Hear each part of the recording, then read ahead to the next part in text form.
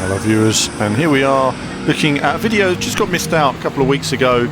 An arcade game called Overtake, which was at the EAG show, and just the last of our videos from the show. I just wanted to share this with you. It's a little bit tight. I was trying to get the wheel in view as well as the top of the cabinet, but either way we'll see some of the action. So what's this then? Overtake, racing game in fantasy world. No idea really what it's all about, but I thought I'd make a quick video and just share it with you so you can see some of the action here. So racing along then, no idea where I'm going, just following the other cars. And generally, what did I think about this game? It's one of those sort of bland games, sort of PC architecture games. It's something you'll see in a cinema, you know, sort of service station somewhere, I don't know. It's not a sort of classic arcade game, and it's very bland. It's one of those things that kind of, I always say, sort of contributed to the destruction of arcades really, because it's quite uninspiring.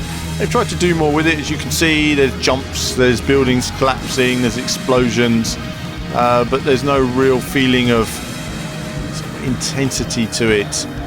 Lacking in intensity. You can be racing against 2 or 3 people and I don't know, it doesn't really feel like you're almost interacting. You're just minding your own business with the boost option. But you can see here, they certainly in terms of detail, environments, they've tried to do something in terms of a classic feel. We have our Daytona 2 swinging boat thing, driving through tunnels and God knows where. No idea where I'm going. Where am I going? That's how it feels most of the time. As you can see, some nice little visual effects. But the game just lacks a little bit of personality, a little bit of identity. I race around here on this sort of dirt patch section. Completely uninspiring though. Nice lighting effects there. But in terms of grabbing me, just couldn't care less whether I drove this perfectly or not. There's no real feeling to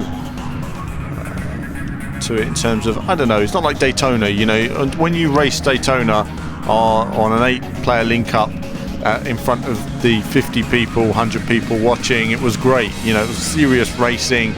Even though there was a player boost there, everybody was going for it, everyone was giving their all. There was a certain nervousness and intensity to it that everyone enjoyed in the arcade, and a lot of that's gone now. It's, you know, as I say, the arcade business didn't really recognise, as I adjust my camera there, the arcade business didn't really recognise what arcades needed.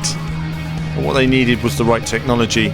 You know, if you're spending £10,000 or £20,000 on an arcade machine, you need it to be good. And I think that as good as, say, the Sega Naomi was when it came out, all it did was place a Dreamcast into an arcade machine.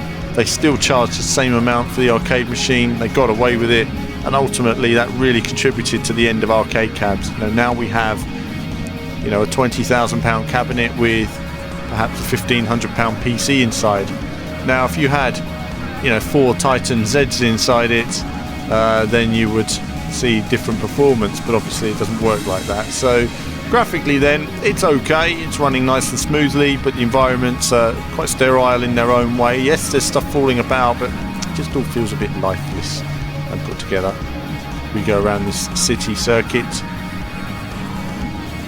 like one of those nighttime highway games I've probably played loads of on the Dreamcast or something years ago. But again, not really a clue of where I'm going or when best to boost. Using my boost there, and then you go into this sort of tunnel sequence, and this connects different worlds together.